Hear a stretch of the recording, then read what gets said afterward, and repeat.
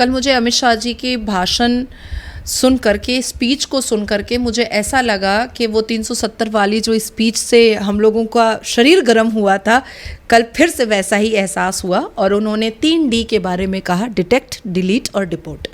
उसमें मैं कुछ ऐड करना चाहती हूँ, detect, detain, deport and then delete. इस देश की सुरक्षा, इस देश की अखंडता को बचाने के लिए ये करना बहुत ही ज़रूरी है। गृह मंत्री SIR पर आलोचना करने के लिए रात तक बैठने को तैयार थे और रात तक जवाब देने को तैयार थे, तो इनके पेट में कौन सा जोंक काट रहा था जो ये वॉकआउट कर गए। लीडर ऑफ अपोजिशन, लोकतंत्र के मंदिर के जो लीडर ऑफ अपोजिशन है, जो जर्मनी जा रहे हैं ठुमका लगाने के लिए, ग्लास को खड़काने और खनकाने के लिए, मैं उनसे पूछना चाहती हूँ कि बिहार इलेक्शन के वक्त में SIR को लेकर के वो लोकतंत्र के मंदिर गए थे, काला टीका मुंह में लगा करके आए और उतवा करके आए। 1000 बिहार से 1000 कोई आया। मैं बहुत मासूम हूँ और इलेक्शन कमीशन ऑफ भारत ने मेरा वोट काट दिया बिना किसी सबूत के और बिना किसी सर्वे के। नहीं, कोई नहीं आया। ना हमें विदेश का नेता चाहिए, ना हमें विदेश के वोटर्स चाहिए और ना ही हमें विदेश का ब्रांड चाहिए। हमें सब कुछ देसी चाहिए। जिस तरीके से लोकतंत्र के मंदिर में लीडर ऑफ अपोजिशन राहुल चच्चा गांधी अंग्रेजी में बात करते हैं, क्यों हिंदी बोलनी नहीं आती क्या? मुझे ऐसा लगता है कि अमित शाह जी ने बहुत सही बात कही है कि हम डिटेक्ट करेंगे, हम डिपोर्ट करेंगे और हम डिलीट करेंगे। अब इसमें अगर सोनिया एंटोनियो भी आ जाती हैं, इसमें तृणमूल कांग्रेस के कोई मंत्री अगर आ जाते हैं, इसमें तृणमूल कांग्रेस के कोई विधायक आ जाते हैं, तो उनको भी डिटेक्ट किया जाएगा, उनको भी डिपोर्ट किया जाएगा और उनको भी डिलीट किया जाएगा। वो तो भड़काता है ना, और उसके पास तो वोटर मुट्ठी भर नहीं है, चुटकी भर है। वो अगर MIM एक बहुत बड़ी पार्टी होती और वो इस पूरे भारत देश के मुसलमानों का नेता होता, तो वो अकेला थोड़ी ढिबरी की तरह वहां बैठा रहता लोकतंत्र के मंदिर में।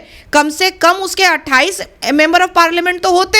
इस देश का जो मुसलमान है वो वंदे मातरम भी बोलता है। इस देश का जो मुसलमान है वो भारत माता की जय भी बोलता है। इस देश का जो मुसलमान है वो मातृभूमि की रक्षा और सुरक्षा की दुआएं और उसकी सलामी भी लेता है। इस देश का जो मुसलमान है वो इस मातृभूमि पर सजदा भी करता है। इस देश का जो मुसलमान है वो इस मातृभूमि को भारत माता की जय बोल करके सल्यूट भी करता है। देश में घुसपैठियों को लेकर देश के गृह मंत्री अमित शाह ने कल लोकसभा में कहा कि घुसपैठियों को देश से बाहर निकालना होगा, इसीलिए इन्हें पहचानो और देश से बाहर करो। अमित शाह के इस बयान और रणनीति पे क्या कहेंगी मैम, जिस तरीके से लगातार अब केंद्र सरकार का कहना है कि घुसपैठियों को देश में रहने नहीं देंगे।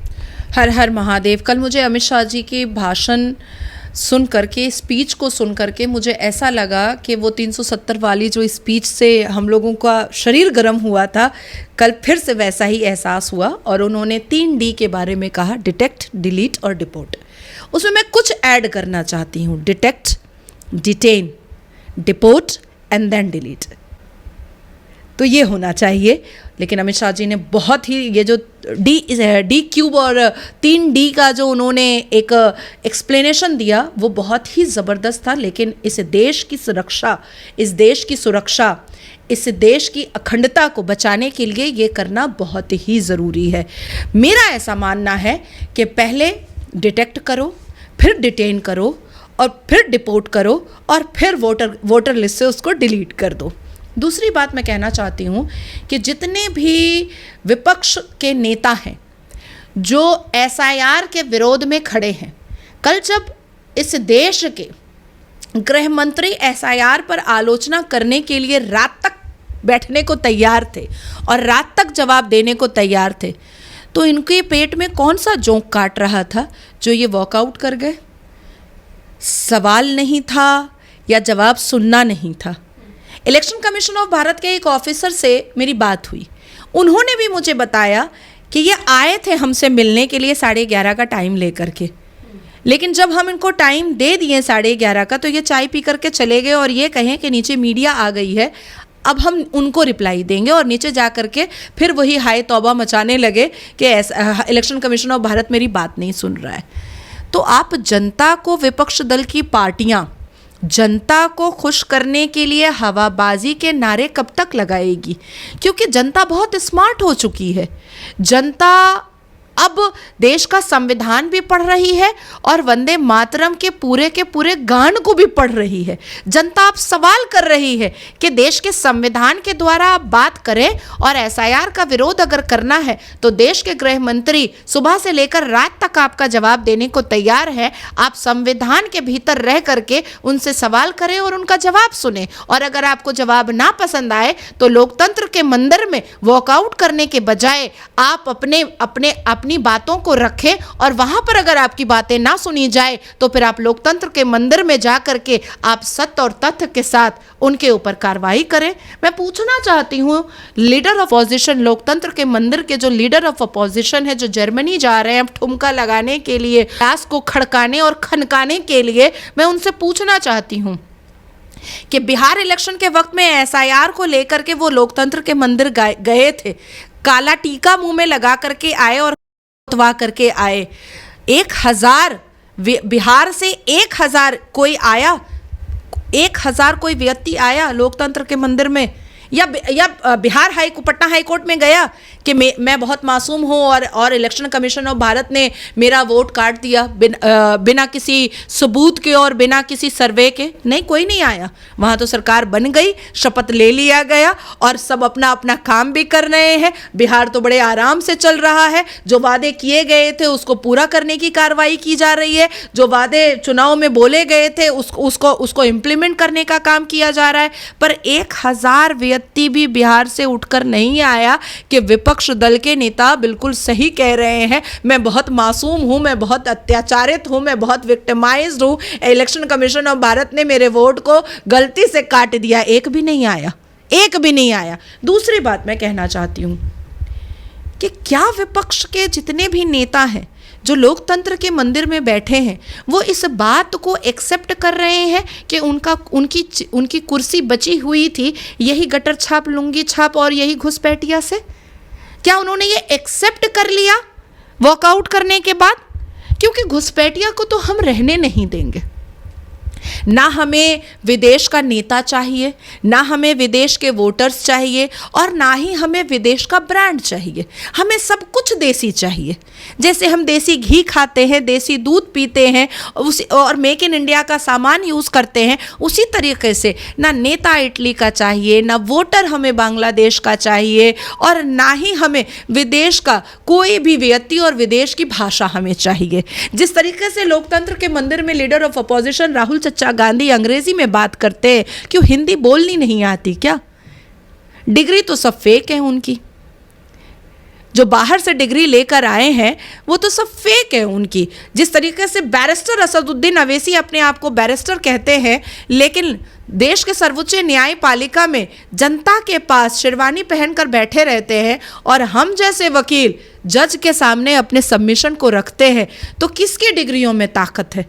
इस देश की डिग्री में ताकत है या असदुद्दीन अवैसी के विदेश के बैरिस्टर की डिग्री में ताकत है? मेरी डिग्री में ताकत है, इस देश की डिग्री में ताकत है। मुझे ऐसा लगता है कि अमित शाह जी ने बहुत सही बात कही है कि हम डिटेक्ट करेंगे, हम डिपोर्ट करेंगे और हम डिलीट करेंगे। अब इसमें अगर सोनिया एंटोनियो भी आ जाती हैं, इसमें तृणमूल कांग्रेस के कोई मंत्री अगर आ जाते हैं, इसमें तृणमूल कांग्रेस के कोई विधायक आ जाते हैं, तो उनको भी डिटेक्ट किया जाएगा, उनको भी डिपोर्ट किया जाएगा और उनको भी डिलीट किया जाएगा। मैम, अभी आपने असदुद्दीन ओवैसी के नाम का जिक्र किया है। ओवैसी भी लगातार एसआईआर का विरोध कर रहे हैं और वो ये कह रहे हैं कि ये एसआईआर नहीं बल्कि पिछले दरवाजे से एनआरसी की जा रही है। प्रॉब्लम देखिए उनके डिग्री में है। अगर उन्होंने भारत देश का संविधान पढ़ा होता तो वो आराम से आर्टिकल 324 और 327 को समझ लेते।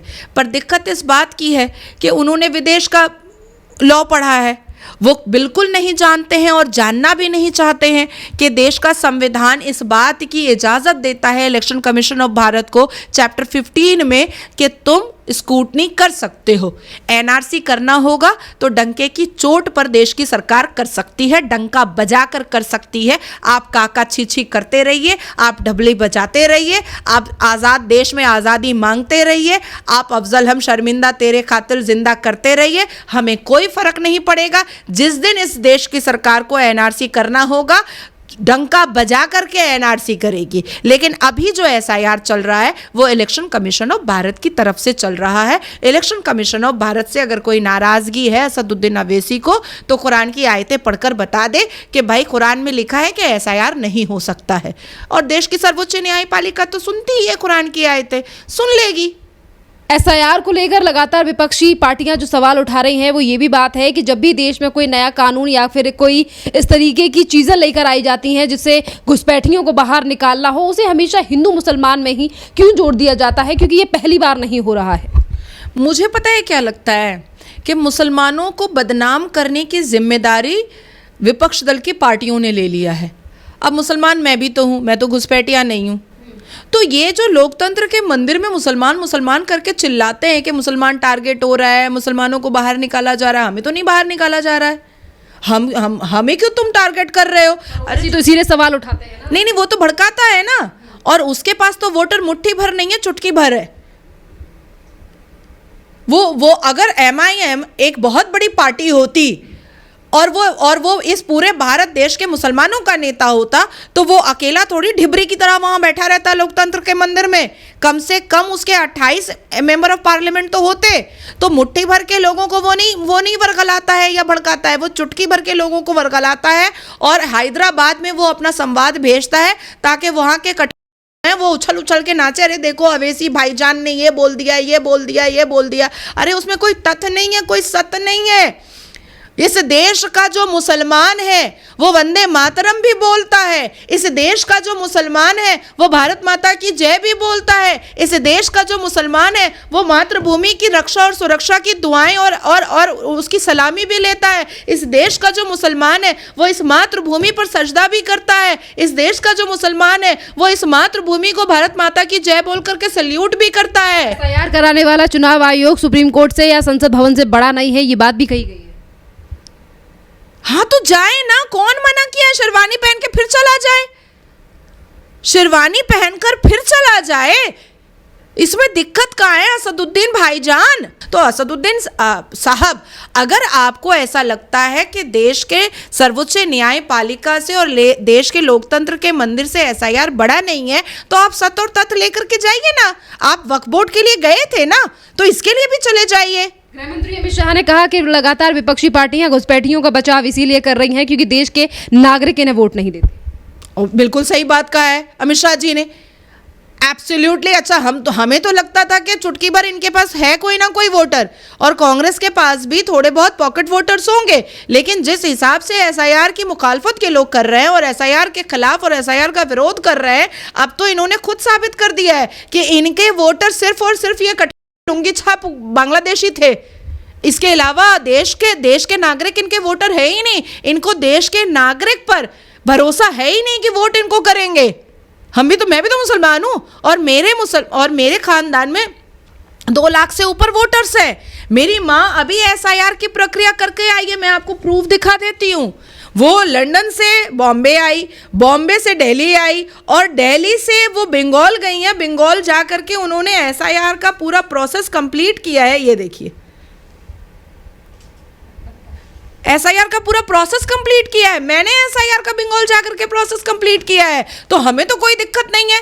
इसका मतलब है कि विपक्ष दल की पार्टियों को देश के नागरिक मुसलमानों पर भी भरोसा नहीं है। अगर सिर्फ और सिर्फ भरोसा है तो मुसलमान देश बांग्लादेश के मुसलमानों पर भरोसा है, पाकिस्तान के मुसलमानों पर भरोसा है, म्यांमार के मुसलमानों का पर भरोसा है, रोहिंग्या के मुसलमानों पर भरोसा है। भाई हम भी तो मुसलमान हैं, हम पर भी भरोसा नहीं है, क्योंकि उनको पता है कि हम मातृभूमि से इतनी मोहब्बत करते हैं कि इनके वर्गलाने में और इनके बहकाने में हम आएंगे नहीं। हम तो उसको वोट देंगे जो हमारे लिए डेवलप करेगा देश को, जो हमारे लिए उत्थान करेगा देश को, जो बेटी बचाओ और बेटी पढ़ाओ का नारा देगा, जो हमारे घर में गैस चूल्हा भेजेगा, जो हमें आवास योजना देगा, जो हमें मुद्रा योजना देगा, जो हमें शिक्षित बनाएगा, जो हमें शिव शक्ति का नाम देगा, हम उसको वोट करेंगे। इनको पता है।